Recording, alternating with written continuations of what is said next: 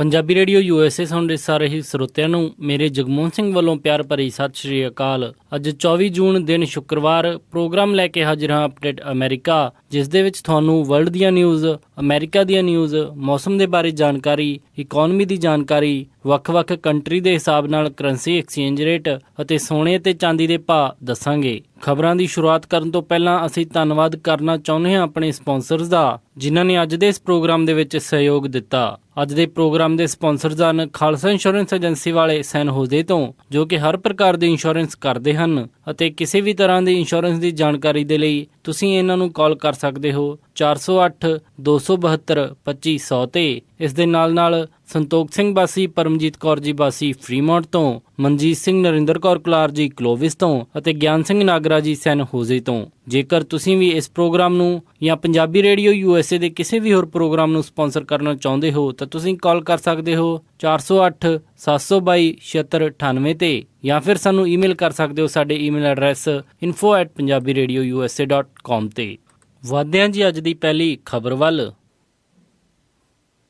ਕੱਲ੍ਹ UK ਦੇ ਵਿੱਚ ਹੋਏ ਰੈਫਰੈਂਡਮ, ਜਿਸ ਦੇ ਵਿੱਚ UK ਦੇ ਨਿਵਾਸੀਆਂ ਨੇ ਇਹ ਫੈਸਲਾ ਕੀਤਾ ਹੈ ਕਿ ਉਹ ਹੁਣ ਯੂਰਪੀਅਨ ਯੂਨੀਅਨ ਤੋਂ ਬਾਹਰ ਰਹਿਣਗੇ। ਇਸ ਆਏ ਰਿਜ਼ਲਟ ਦੇ ਵਿੱਚ 17 ਮਿਲੀਅਨ ਲੋਕਾਂ ਨੇ ਯੂਰਪ ਤੋਂ ਬਾਹਰ ਰਹਿਣ ਦਾ ਫੈਸਲਾ ਕੀਤਾ ਅਤੇ 16 ਮਿਲੀਅਨ ਲੋਕਾਂ ਨੇ ਯੂਰਪੀਅਨ ਯੂਨੀਅਨ ਦੇ ਅੰਦਰ ਰਹਿਣ ਦਾ ਮਨ ਬਣਾਇਆ ਸੀ। UK ਦੇ ਪ੍ਰਧਾਨ ਮੰਤਰੀ ਡੇਵਿਡ ਕੈਮਰਨ ਵੀ ਯੂਰਪੀਅਨ ਯੂਨੀਅਨ ਦੇ ਵਿੱਚ ਰਹਿਣ ਦੀ ਹਮਾਇਤ ਕਰ ਰਹੇ ਸਨ ਅਤੇ ਉਹਨਾਂ ਨੇ ਆਪਣਾ ਕੈਂਪੇਨ ਚਲਾਇਆ ਸੀ, ਜਿਸ ਦੇ ਵਿੱਚ ਉਹ ਲੋਕਾਂ ਨੂੰ ਯੂਰਪੀਅਨ ਯੂਨੀਅਨ ਦੇ ਨਾਲ ਬਣੇ ਰਹਿਣ ਦੀ ਸਲਾਹ ਦੇ ਰਹੇ ਸਨ। ਇਸ ਆਏ ਰਿਜ਼ਲਟ ਤੋਂ ਬਾਅਦ ਹੁਣ ਡੇਵਿਡ ਕੈਮਰਨ ਨੇ ਵੀ ਪ੍ਰਧਾਨ ਮੰਤਰੀ ਦੇ ਪਦ ਤੋਂ ਅਸਤੀਫਾ ਦੇਣ ਦੇ ਲਈ ਕਹਿ ਦਿੱਤਾ ਹੈ। ਉਹ ਅਕਤੂਬਰ ਦੇ ਵਿੱਚ ਪ੍ਰਧਾਨ ਮੰਤਰੀ ਦੀ ਕੁਰਸੀ ਛੱਡ ਦੇਣਗੇ। ਭਾਵੇਂ ਕਿ UK ਦੇ ਲੋਕਾਂ ਨੇ ਫੈਸਲਾ ਦੇ ਦਿੱਤਾ ਹੈ ਕਿ ਉਹ ਯੂਰਪੀਅਨ ਯੂਨੀਅਨ ਤੋਂ ਹੁਣ ਬਾਹਰ ਹੋ ਜਾਣਗੇ, ਪਰ ਲੀਗਲੀ ਇਸ ਸਾਰੇ ਪ੍ਰੋਸੈਸ ਦੇ ਵਿੱਚ ਹਜੇ ਕਾਫੀ ਸਮਾਂ ਲੱਗੇਗਾ। ਬ੍ਰਿਟੇਨ ਪਹਿਲਾ ਦੇਸ਼ ਬਣ ਗਿਆ ਹੈ ਜਿਸ ਨੇ ਯੂਰਪੀਅਨ ਯੂਨੀਅਨ ਤੋਂ ਬਾਹਰ ਰਹਿਣ ਦਾ ਫੈਸਲਾ ਕੀਤਾ ਹੈ। ਜਿਨ੍ਹਾਂ ਨੇ ਯੂਰਪੀਅਨ ਯੂਨੀਅਨ ਛੱਡਣ ਦਾ ਕੈਂਪੇਨ ਚਲਾਇਆ ਸੀ, ਉਹਨਾਂ ਦਾ ਤਰਕ ਸੀ ਕਿ ਯੂਰਪੀਅਨ ਯੂਨੀਅਨ ਕਰਕੇ UK ਨੂੰ ਕਾਫੀ ਜ਼ਿਆਦਾ ਨੁਕਸਾਨ ਹੋ ਰਿਹਾ ਹੈ ਤੇ ਬਾਹਰਲੀਆਂ ਕੰਟਰੀਆਂ ਦੇ ਵਿੱਚੋਂ ਆ ਕੇ ਲੋਕ ਉੱਥੇ ਵੈਲਫੇਅਰ ਲੈ ਰਹੇ ਹਨ। ਜੇ ਵੋਟਿੰਗ ਪਰਸੈਂਟੇਜ ਦੇ ਹਿਸਾਬ ਦੇ ਨਾਲ ਦੇਖੀਏ ਤਾਂ ਸਕਾਟਲੈਂਡ ਦੇ ਲੋਕਾਂ ਨੇ ਯੂਰਪੀਅਨ ਯੂਨੀਅਨ ਦੇ ਵਿੱਚ ਰਹਿਣ ਦੇ ਲਈ ਵੋਟ ਕੀਤੀ ਅਤੇ ਨਾਰਦਰਨ ਆਇਰਲੈਂਡ ਦੇ ਵੀ ਕੁਝ ਹਿੱਸਿਆਂ ਨੇ ਜ਼ਿਆਦਾਤਰ ਵੋਟਿੰਗ ਯੂਰਪੀਅਨ ਯੂਨੀਅਨ ਦੇ ਵਿੱਚ ਰਹਿਣ ਦੇ ਲਈ ਕੀਤੀ। ਲੰਡਨ ਸ਼ਹਿਰ ਦੇ ਵਿੱਚ ਵੀ ਜ਼ਿਆਦਾਤਰ ਲੋਕ ਯੂਰਪੀਅਨ ਯੂਨੀਅਨ ਦੇ ਵਿੱਚ ਰਹਿਣ ਦੇ ਹਮਾਇਤੀ ਬਣੇ ਹੋਏ ਸਨ, ਪਰ ਵੇਲਜ਼ ਅਤੇ ਇੰਗਲੈਂਡ ਨੇ ਯੂਰਪੀਅਨ ਯੂਨੀਅਨ ਤੋਂ ਬਾਹਰ ਜਾਣ ਦੀ ਜੋ ਵੋਟਿੰਗ ਹੈ ਉਹ ਕੀਤੀ ਹੈ।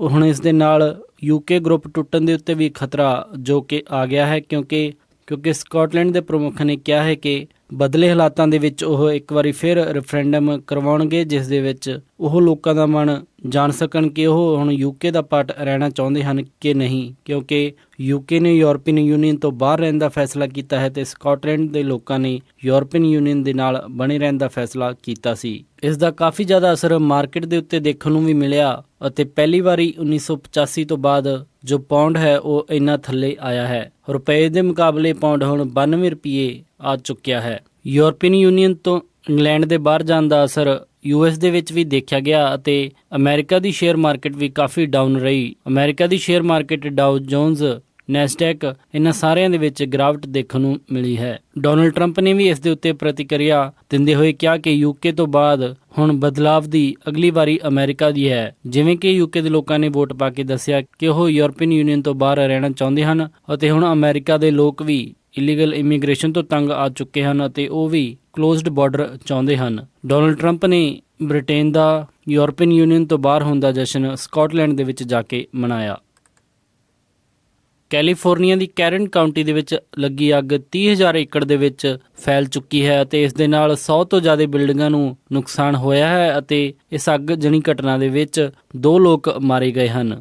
ਗਵਰਨਰ ਜੈਰੀ ਬਰਾਊਨ ਨੇ ਕੈਰਨ ਕਾਉਂਟੀ ਦੇ ਵਿੱਚ ਐਮਰਜੈਂਸੀ ਡਿਕਲੇਅਰ ਕਰ ਦਿੱਤੀ ਹੈ। ਜੈਰੀ ਬਰਾਊਨ ਨੇ ਇਸ ਦੇ ਉੱਤੇ ਬੋਲਦੇ ਹੋਏ ਕਿਹਾ ਕਿ ਸਾਰੇ ਕੈਲੀਫੋਰਨੀਆ ਦੇ ਨਿਵਾਸੀਆਂ ਨੂੰ ਇਕਜੁੱਟ ਹੋ ਕੇ ਬਹਾਦਰ ਫਾਇਰ ਫਾਈਟਰਸ ਦੇ ਲਈ ਪ੍ਰਾਰਥਨਾ ਕਰਨੀ ਚਾਹੀਦੀ ਹੈ, ਜੋ ਕਿ ਬਿਨਾਂ ਥੱਕੇ ਆਮ ਲੋਕਾਂ ਦੀ ਮਦਦ ਕਰਨ ਅਤੇ ਅੱਗ ਬੁਝਾਉਣ ਦੇ ਵਿੱਚ ਲੱਗੇ ਹੋਏ ਹਨ। ਫਾਇਰ ਫਾਈਟਰਸ ਨੇ ਦੱਸਿਆ ਕਿ ਉਹ ਤੇਜ਼ ਹਵਾਵਾਂ ਦਾ ਲਗਾਤਾਰ ਸਾਹਮਣਾ ਕਰ ਰਹੇ ਹਨ, ਜਿਸ ਦੇ ਕਰਕੇ ਅੱਗ ਬੁਝਾਉਣ ਦੇ ਵਿੱਚ ਕਾਫੀ ਜ਼ਿਆਦਾ ਦਿੱਕਤ ਦਾ ਸਾਹਮਣਾ ਕਰਨਾ ਪੈ ਰਿਹਾ ਹੈ। ਇਸ ਅੱਗਜਣੀ ਘਟਨਾ ਦੇ ਕਰਕੇ 2000 ਲੋਕਾਂ ਨੂੰ 1500 ਘਰਾਂ ਦੇ ਵਿੱਚੋਂ ਖਾਲੀ ਕਰਵਾਇਆ ਗਿਆ ਹੈ। ਇਹ ਅੱਗ ਵੀਰਵਾਰ ਦੁਪਹਿਰ 4 ਵਜੇ ਅਸਕਾਈਨ ਕ੍ਰੀਕ ਰੋਡ ਅਪੋਲੋ ਵੇ ਦੇ ਕੋਲ ਲੱਗੀ ਸੀ। ਵੈਸਟ ਵਰਜੀਨੀਆ ਦੇ ਵਿੱਚ ਆਏ ਹੜ੍ਹ ਕਰਕੇ 23 ਲੋਕਾਂ ਦੀ ਮੌਤ ਹੋ ਗਈ ਹੈ। ਗਵਰਨਰ ਰੇ ਟੌਮਬਲਿਨ ਨੇ ਹੜ੍ਹ ਦੇ ਵਿੱਚ ਮਾਰੇ ਗਏ 23 ਲੋਕਾਂ ਦੀ ਘੋਸ਼ਣਾ ਕੀਤੀ। ਇਸ ਆਏ ਹੜ੍ਹ ਕਰਕੇ ਕਾਫੀ ਸਾਰੇ ਦਰਖਤ ਡਿੱਗੇ ਹਨ ਅਤੇ ਪਾਵਰ ਲਾਈਨਸ ਨੂੰ ਵੀ ਕਾਫੀ ਨੁਕਸਾਨ ਪਹੁੰਚਿਆ ਹੈ। ਇਨ੍ਹਾਂ ਹੜ੍ਹ ਦੇ ਕਰਕੇ ਵੈਸਟ ਵਰਜੀਨੀਆ ਦੀ 44 ਕਾਉਂਟੀਜ਼ ਦੇ ਵਿੱਚ ਐਮਰਜੈਂਸੀ ਡਿਕਲੇਅਰ ਕਰ ਦਿੱਤੀ ਗਈ ਹੈ। ਗਵਰਨਰ ਟੌਮਬਲਿਨ ਨੇ ਹੜ੍ਹ ਦੇ ਵਿੱਚ ਫਸੇ ਲੋਕਾਂ ਨੂੰ ਬਚਾਉਣ ਦੇ ਲਈ 200 ਨੈਸ਼ਨਲ ਗਾਰਡਜ਼ ਨੂੰ ਸੱਦਿਆ ਹੈ। ਉਹ ਲੋਕਲ ਅਫਸਰਜ਼ ਦੇ ਨਾਲ ਮਿਲ ਕੇ ਫਸੇ ਲੋਕਾਂ ਨੂੰ ਕੱਢਣ ਦੀ ਕੋਸ਼ਿਸ਼ ਦੇ ਵਿੱਚ ਲੱਗੇ ਹੋਏ ਹਨ।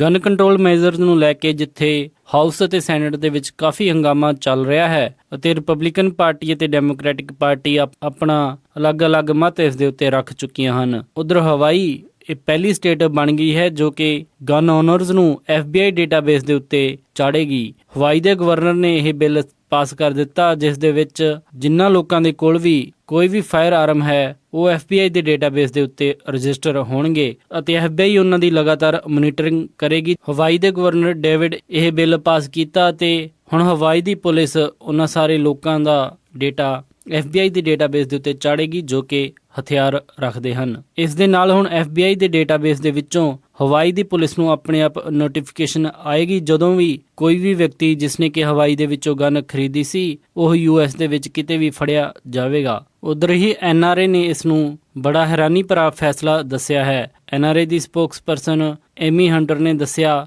ਹਵਾਈ ਦੇ ਇਸ ਲਾਅ ਕਰਕੇ ਦੂਸਰੀਆਂ ਸਟੇਟਸ ਨੂੰ ਵੀ ਫਰਕ ਪਵੇਗਾ ਕਿਉਂਕਿ ਕੋਈ ਵੀ ਗਨ ਓਨਰ ਜੇਕਰ ਹਵਾਈ ਦੇ ਵਿੱਚ ਗਨ ਲੈ ਕੇ ਐਂਟਰ ਕਰਦਾ ਹੈ ਉਸ ਨੂੰ ਉਸ ਦੀ ਰਜਿਸਟ੍ਰੇਸ਼ਨ ਕਰਵਾਉਣੀ ਪਵੇਗੀ। US ਦੇ ਸਾਬਕਾ ਟ੍ਰੈਜ਼ਰੀ ਸੈਕਟਰੀ ਹੈਨਰੀ ਪੌਲਸਨ ਨੇ ਡੋਨਲਡ ਟਰੰਪ ਦੀ ਇਕਨੋਮਿਕ ਪਾਲਿਸੀਜ਼ ਨੂੰ ਲੈ ਕੇ ਕਾਫੀ ਨਿੰਦਾ ਕੀਤੀ ਹੈ। ਹੈਨਰੀ ਪੌਲਸਨ ਜੋ ਕਿ ਰਿਪਬਲਿਕਨ ਪਾਰਟੀ ਦੇ ਹਨ ਅਤੇ ਉਹ ਜਾਰਜ ਬੁਸ਼ ਦੀ ਸਰਕਾਰ ਦੇ ਵਿੱਚ US ਦੇ ਟ੍ਰੈਜ਼ਰੀ ਸੈਕਟਰੀ ਰਹਿ ਚੁੱਕੇ ਹਨ। ਹੈਨਰੀ ਪੌਲਸਨ ਜੋ ਕਿ ਟ੍ਰੈਜ਼ਰੀ ਸੈਕਟਰੀ ਬਣਨ ਤੋਂ ਪਹਿਲਾਂ ਗੋਲਡਮੈਨ ਸੈਕਸ ਦੇ ਚੀਫ ਐਗਜ਼ੀਕਿਊਟਿਵ ਸਨ। ਉਹਨਾਂ ਨੇ ਡੋਨਲਡ ਟਰੰਪ ਦੀਆਂ ਇਕਨੋਮਿਕ ਪਾਲਿਸੀਜ਼ ਨੂੰ ਲੈ ਕੇ ਕਾਫੀ ਨਿੰਦਾ ਕੀਤੀ ਅਤੇ ਉਹਨਾਂ ਨੇ ਕਿਹਾ ਕਿ ਉਹ ਡੈਮੋਕ੍ਰੈਟਿਕ ਪਾਰਟੀ ਦੀ ਹਿਲਰੀ ਕਲਿੰਟਨ ਨੂੰ ਵੋਟ ਕਰਨਗੇ। ਉਹਨਾਂ ਨੇ ਇਸ ਦੇ ਉੱਤੇ ਬੋਲਦੇ ਹੋਏ ਕਿਹਾ ਕਿ ਉਹ ਇਸ ਉਮੀਦ ਦੇ ਵਿੱਚ ਹਿਲਰੀ ਕਲਿੰਟਨ ਨੂੰ ਵੋਟ ਕਰ ਰਹੇ ਹਨ ਕਿ ਉਹ ਅਮਰੀਕਨਜ਼ ਨੂੰ ਇਕੱਠਿਆਂ ਕਰਕੇ ਅਮਰੀਕਾ ਦੀ ਇਕਨੋਮੀ ਹੋਰ ਤਕੜੀ ਕਰੇਗੀ। ਹੈਨਰੀ ਪੌਲਸਨ ਨੇ ਕਿਹਾ ਕਿ ਡੋਨਲਡ ਟਰੰਪ ਬਿਨਾਂ ਸੋਚ ਵਾਲਾ ਵਿਅਕਤੀ ਹੈ ਅਤੇ ਉਹ ਰਾਸ਼ਟਰਪਤੀ ਦੇ ਪਦ ਦੇ ਲਈ ਕਾਫੀ ਖਤਰਨਾਕ ਹੋ ਸਕਦਾ ਹੈ। ਸੈਂਟਾ ਕਲੈਰਾ ਕਾਉਂਟੀ ਨੇ 2 ਦੇ ਵਿੱਚੋਂ ਇੱਕ ਭਰਾ ਨੂੰ ਆਪਣੇ ਮਾਂ-ਬਾਪ ਨੂੰ ਮਾਰਨ ਦੇ ਕਤਲ ਦੇ ਦੋਸ਼ ਦੇ ਵਿੱਚ ਬਰੀ ਕਰ ਦਿੱਤਾ ਹੈ। 24 ਅਪ੍ਰੈਲ 2016 ਨੂੰ ਸੈਨੋਜ਼ੇ ਐਵਰਗ੍ਰੀਨ ਨੇਬਰਹੁੱਡ ਦੇ ਕੋਲ ਗੁਲਾਮ ਅਤੇ ਸ਼ਮੀਮਾ ਰਬੀ ਮਾਰੇ ਗਏ ਸਨ। ਬਾਅਦ ਦੇ ਵਿੱਚ ਉਹਨਾਂ ਦੇ ਦੋਨੇ ਮੁੰਡੇ ਉਮਰ ਗੁਲਾਮ ਰਬੀ ਅਤੇ ਹਸੀਬ ਗੁਲਾਮ ਰਬੀ ਦੇ ਉੱਤੇ ਇਹ ਮੁਕੱਦਮਾ ਚੱਲਿਆ ਸੀ ਕਿ ਉਹਨਾਂ ਨੇ ਆਪਣੇ ਮਾਂ-ਬਾਪ ਦਾ ਕਤਲ ਕੀਤਾ ਹੈ। ਇਸ ਮਾਮਲੇ ਦੇ ਵਿੱਚ ਹੁਣ ਉਮਰ ਗੁਲਾਮ ਰਬੀ ਜਿਸ ਦੀ ਕਿ ਉਮਰ 17 ਸਾਲ ਹੈ ਉਸ ਨੂੰ ਸੈਂਟਾ ਕਲੈਰਾ ਡਿਸਟ੍ਰਿਕਟ ਅਟਾਰਨੀ ਆਫਿਸ ਨੇ ਬਰੀ ਕਰ ਦਿੱਤਾ ਹੈ ਅਤੇ ਉਸ ਦੇ ਖਿਲਾਫ ਸਾਰੇ ਮੁਕੱਦਮੇ ਹਟਾ ਲਏ ਗਏ ਹਨ। ਉਧਰ ਹੀ ਉਸ ਦੇ ਵੱਡੇ ਭਰਾ ਹਸੀਬ ਗੁਲਾਮ ਰਬੀ ਜਿਸ ਦੀ ਕਿ ਉਮਰ 22 ਸਾਲ ਹੈ ਉਸ ਨੂੰ ਬਿਨਾਂ ਜ਼ਮਾਨਤ ਜੇਲ੍ਹ ਦੇ ਵਿੱਚ ਰੱਖਿਆ ਗਿਆ ਹੈ। ਇਹ ਸਨ ਅੱਜ ਦੀਆਂ ਕੁਝ ਖਾਸ ਖਬਰਾਂ। ਹੁਣ ਵੱਧਦੇ ਹਾਂ ਜੀ ਮੌਸਮ ਦੀ ਜਾਣਕਾਰੀ ਦੇ ਵੱਲ। ਸ਼ਨੀਵਾਰ ਨੂੰ ਸੈਨੋਜ਼ੇ ਦੇ ਵਿੱਚ ਹਾਈ ਟੈਂਪਰੇਚਰ ਰਹੇਗਾ 99 ਡਿਗਰੀ ਅਤੇ ਲੋ ਟੈਂਪਰੇਚਰ 57 ਡਿਗਰੀ। ਸੈਨ ਫਰਾਂਸਿਸਕੋ ਦੇ ਵਿੱਚ 69 ਡਿਗਰੀ ਹਾਈ ਅਤੇ ਰਾਤ ਨੂੰ 54 ਡਿਗਰੀ ਲੋ। ਸੈਕਰਾਮੈਂਟੋ ਦੇ ਵਿੱਚ 101 ਡਿਗਰੀ ਹਾਈ ਅਤੇ ਰਾਤ ਨੂੰ 60 ਡਿਗਰੀ ਲੋ। ਯੂਬਾ ਸਿਟੀ ਦੇ ਵਿੱਚ 102 ਡਿਗਰੀ ਹਾਈ ਅਤੇ ਰਾਤ ਨੂੰ 63 ਡਿਗਰੀ ਲੋ। ਸਟਾਕਟਨ ਦੇ ਵਿੱਚ 100 ਡਿਗਰੀ ਹਾਈ ਅਤੇ ਰਾਤ ਨੂੰ 61 ਡਿਗਰੀ ਲੋ। ਟ੍ਰੇਸੀ ਦੇ ਵਿੱਚ 99 ਡਿਗਰੀ ਹਾਈ ਅਤੇ ਰਾਤ ਨੂੰ 62 ਡਿਗਰੀ ਲੋ। ਮੋਡੈਸਟੋ ਦੇ ਵਿੱਚ 101 ਡਿਗਰੀ ਹਾਈ ਅਤੇ ਰਾਤ ਨੂੰ 63 ਡਿਗਰੀ ਲੋ। ਫ੍ਰੈਜ਼ਨੋ ਦੇ ਵਿੱਚ 101 ਡਿਗਰੀ ਹਾਈ ਅਤੇ ਰਾਤ ਨੂੰ 66 ਡਿਗਰੀ ਲੋ। ਬੇਕਰਸਫੀਲਡ ਦੇ ਵਿੱਚ 100 ਡਿਗਰੀ ਹਾਈ ਅਤੇ ਰਾਤ ਨੂੰ 70 ਡਿਗਰੀ ਲੋ। ਲਾਸ ਐਂਜਲਸ ਦੇ ਵਿੱਚ 88 ਡਿਗਰੀ ਹਾਈ ਅਤੇ ਰਾਤ ਨੂੰ 66 ਡਿਗਰੀ ਲੋ। ਟਰਕੀ ਦੇ ਵਿੱਚ 84 ਡਿਗਰੀ ਹਾਈ ਅਤੇ ਰਾਤ ਨੂੰ 45 ਡਿਗਰੀ ਲੋ। ਸਾਊਥ ਲੇਕ ਟਾਹੋ ਦੇ ਵਿੱਚ 81 ਡਿਗਰੀ ਹਾਈ ਅਤੇ ਰਾਤ ਨੂੰ 45 ਡਿਗਰੀ ਲੋ। ਪੋਰਟਲੈਂਡ ਓਰੇਗਨ ਦੇ ਵਿੱਚ 78 ਡਿਗਰੀ ਹਾਈ ਅਤੇ ਰਾਤ ਨੂੰ 55 ਡਿਗਰੀ ਲੋ। ਸਿਐਟਲ ਦੇ ਵਿੱਚ 72 ਡਿਗਰੀ ਹਾਈ ਅਤੇ ਰਾਤ ਨੂੰ 54 ਡਿਗਰੀ ਲੋ। ਫਲੈਗਸਟੈਫ ਐਰੀਜ਼ੋਨਾ ਦੇ ਵਿੱਚ 86 ਡਿਗਰੀ ਹਾਈ ਅਤੇ ਰਾਤ ਨੂੰ 53 ਡਿਗਰੀ ਲੋ। ਸਾਲਟ ਲੇਕ ਸਿਟੀ ਯੂਟਾ ਦੇ ਵਿੱਚ 84 ਡਿਗਰੀ ਹਾਈ ਅਤੇ ਰਾਤ ਨੂੰ 56 ਡਿਗਰੀ ਲੋ। ਸ਼ਿਕਾਗੋ ਦੇ ਵਿੱਚ 90 ਡਿਗਰੀ ਹਾਈ ਅਤੇ ਰਾਤ ਨੂੰ 76 ਡਿਗਰੀ ਲੋ। ਨਿਊਯਾਰਕ ਦੇ ਵਿੱਚ 84 ਡਿਗਰੀ ਹਾਈ ਅਤੇ ਰਾਤ ਨੂੰ 66 ਡਿਗਰੀ ਲੋ। ਕੈਨੇਡਾ ਟੋਰਾਂਟੋ ਦੇ ਵਿੱਚ 29 ਡਿਗਰੀ ਸੈਲਸੀਅਸ ਆਈ ਹੈ ਤੇ ਰਾਤ ਨੂੰ 18 ਡਿਗਰੀ ਸੈਲਸੀਅਸ ਲੋ। ਵਿਨੀਪੈਗ ਦੇ ਵਿੱਚ 24 ਡਿਗਰੀ ਸੈਲਸੀਅਸ ਆਈ ਹੈ ਤੇ ਰਾਤ ਨੂੰ 12 ਡਿਗਰੀ ਸੈਲਸੀਅਸ ਲੋ। ਕੈਲਗਰੀ ਦੇ ਵਿੱਚ 21 ਡਿਗਰੀ ਸੈਲਸੀਅਸ ਆਈ ਹੈ ਤੇ ਰਾਤ ਨੂੰ 12 ਡਿਗਰੀ ਸੈਲਸੀਅਸ ਲੋ। ਅਤੇ ਵੈਨਕੂਵਰ ਦੇ ਵਿੱਚ 21 ਡਿਗਰੀ ਸੈਲਸੀਅਸ ਆਈ ਹੈ ਤੇ ਰਾਤ ਨੂੰ 14 ਡਿਗਰੀ ਸੈਲਸੀਅਸ ਲੋ। ਪੰਜਾਬ ਅੰਮ੍ਰਿਤਸਰ ਦੇ ਵਿੱਚ 42 ਡਿਗਰੀ ਸੈਲਸੀਅਸ ਆਈ ਹੈ ਤੇ ਰਾਤ ਨੂੰ 29 ਡਿਗਰੀ ਸੈਲਸੀਅਸ ਲੋ। ਮੈਲਬਰਨ ਆਸਟ੍ਰੇਲੀਆ ਦੇ ਵਿੱਚ 12 ਡਿਗਰੀ ਸੈਲਸੀਅਸ ਆਈ ਹੈ ਤੇ ਰਾਤ ਨੂੰ 4 ਡਿਗਰੀ ਸੈਲਸੀਅਸ ਲੋ। ਲੰਡਨ ਦੇ ਵਿੱਚ 19 ਡਿਗਰੀ ਸੈਲਸੀਅਸ ਆਈ ਹੈ ਤੇ ਰਾਤ ਨੂੰ 12 ਡਿਗਰੀ ਸੈਲਸੀਅਸ ਲੋ। ਬਰਲਿਨ ਦੇ ਵਿੱਚ 31 ਡਿਗਰੀ ਸੈਲਸੀਅਸ ਆਈ ਹੈ ਤੇ ਰਾਤ ਨੂੰ 17 ਡਿਗਰੀ ਸੈਲਸੀਅਸ ਲੋ। ਫਰਾਂਸ ਪੈਰਿਸ ਦੇ ਵਿੱਚ 20 ਡਿਗਰੀ ਸੈਲਸੀਅਸ ਆਈ ਹੈ ਤੇ ਰਾਤ ਨੂੰ 10 ਡਿਗਰੀ ਸੈਲਸੀਅਸ ਲੋ। ਇਹ ਸੀ ਜੀ ਮੌਸਮ ਦੀ ਜਾਣਕਾਰੀ। ਹੁਣ ਵੱਧਦੇ ਹਾਂ ਜੀ ਸਟਾਕ ਮਾਰਕੀਟ ਦੀ ਇਨਫੋਰਮੇਸ਼ਨ ਵੱਲ। ਸ਼ੁੱਕਰਵਾਰ ਕਲੋਜ਼ਿੰਗ ਦੇ ਸਮੇਂ ਡਾਓ ਜੋਨਸ 610 ਅੰਕਾਂ ਦੀ ਗਿਰਾਵਟ ਦੇ ਨਾਲ 17,400 ਤੇ ਬੰਦ ਹੋਇਆ। ਨੈਸਡੈਕ 202 ਅੰਕਾਂ ਦੀ ਗਿਰਾਵਟ ਦੇ ਨਾਲ 4,707.98 ਤੇ ਬੰਦ ਹੋਇਆ। S&P 75 ਅੰਕਾਂ ਦੀ ਗਿਰਾਵਟ ਦੇ ਨਾਲ 2,037.41 ਤੇ ਬੰਦ ਹੋਇਆ ਅਤੇ ਵਿਲਸ਼ਾਇਰ 5000 781 ਅੰਕਾਂ ਦੀ ਗਿਰਾਵਟ ਦੇ ਨਾਲ 21,102.32 ਤੇ ਬੰਦ ਹੋਇਆ ਜੀ। ਕਰੰਸੀ ਐਕਸਚੇਂਜ ਰੇਟ ਦੇ ਵਿੱਚ ਇੱਕ US ਡਾਲਰ ਦੀ ਕੀਮਤ 67 ਰੁਪਏ 99 ਪੈਸੇ, ਇੱਕ ਕੈਨੇਡੀਅਨ ਡਾਲਰ ਦੀ ਕੀਮਤ 52 ਰੁਪਏ 22 ਪੈਸੇ, ਬ੍ਰਿਟਿਸ਼ ਪਾਉਂਡ ਦੀ ਕੀਮਤ 92 ਰੁਪਏ 90 ਪੈਸੇ, ਇੱਕ ਯੂਰੋ ਦੀ ਕੀਮਤ 75 ਰੁਪਏ 48 ਪੈਸੇ, ਇੱਕ ਆਸਟ੍ਰੇਲੀਅਨ ਡਾਲਰ ਦੀ ਕੀਮਤ 50 ਰੁਪਏ 76 ਪੈਸੇ, ਇੱਕ ਨਿਊਜ਼ੀਲੈਂਡ ਡਾਲਰ ਦੀ ਕੀਮਤ 48 ਰੁਪਏ 43 ਪੈਸੇ, ਇੱਕ ਸਿੰਗਾਪੁਰ ਡਾਲਰ ਦੀ ਕੀਮਤ 50 ਰੁਪਏ 17 ਪੈਸੇ, ਇੱਕ ਬਹਿਰੀਨੀ ਦਿਨਾਰ ਦੀ ਕੀਮਤ 180 ਰੁਪਏ 6 ਪੈਸੇ, ਇੱਕ ਕੁਵੈਤੀ ਦਿਨਾਰ ਦੀ ਕੀਮਤ 224 ਰੁਪਏ 91 ਪੈਸੇ। ਸੋਨੇ ਦਾ ਰੇਟ $1333.20 ਪਰ ਆਉਂਸ ਰਿਹਾ ਅਤੇ ਚਾਂਦੀ $17.73 ਪਰ ਆਉਂਸ ਰਹੀ। ਇਸੇ ਦੇ ਨਾਲ ਅੱਜ ਦਾ ਇਹ ਖਬਰਾਂ ਦਾ ਬੁਲੇਟਿਨ ਇੱਥੇ ਹੀ ਸਮਾਪਤ ਕਰਦੇ ਹਾਂ ਜੀ। ਇਜਾਜ਼ਤ ਦਿਓ। ਉਮੀਦ ਹੈ ਕਿ ਤੁਹਾਨੂੰ ਅੱਜ ਦਾ ਇਹ ਪ੍ਰੋਗਰਾਮ ਪਸੰਦ ਆਇਆ ਹੋਵੇਗਾ। ਕਿਸੇ ਵੀ ਤਰ੍ਹਾਂ ਦੇ ਫੀਡਬੈਕ ਦੇ ਲਈ ਤੁਸੀਂ ਸਾਨੂੰ ਕਾਲ ਕਰ ਸਕਦੇ ਹੋ 408 272 5200 ਤੇ, ਜਾਂ ਫਿਰ ਸਾਨੂੰ ਈਮੇਲ ਕਰ ਸਕਦੇ ਹੋ ਸਾਡੇ ਈਮੇਲ ਐਡਰੈਸ info@punjabiradiousa.com ਤੇ। ਇੱਕ ਵਾਰੀ ਫਿਰ ਸਾਰੇ ਹੀ ਸਪਾਂਸਰ ਦਾ ਬਹੁਤ-ਬਹੁਤ ਧੰਨਵਾਦ। ਮਿਲਦੇ ਹਾਂ ਜੀ ਅਪਡੇਟ ਅਮਰੀਕਾ ਦੇ ਅਗਲੇ ਅੰਕ ਵਿੱਚ। ਤਦ ਤੱਕ ਲਈ ਸਾਰਿਆਂ ਨੂੰ ਪਿਆਰ ਅਤੇ ਸਤਿਕਾਰ ਭਰੀ ਸਤਿ ਸ਼੍ਰੀ ਅਕਾਲ। ਸੁਣਦੇ ਰਹੋ ਜੀ ਪੰਜਾਬੀ ਰੇਡੀਓ USA।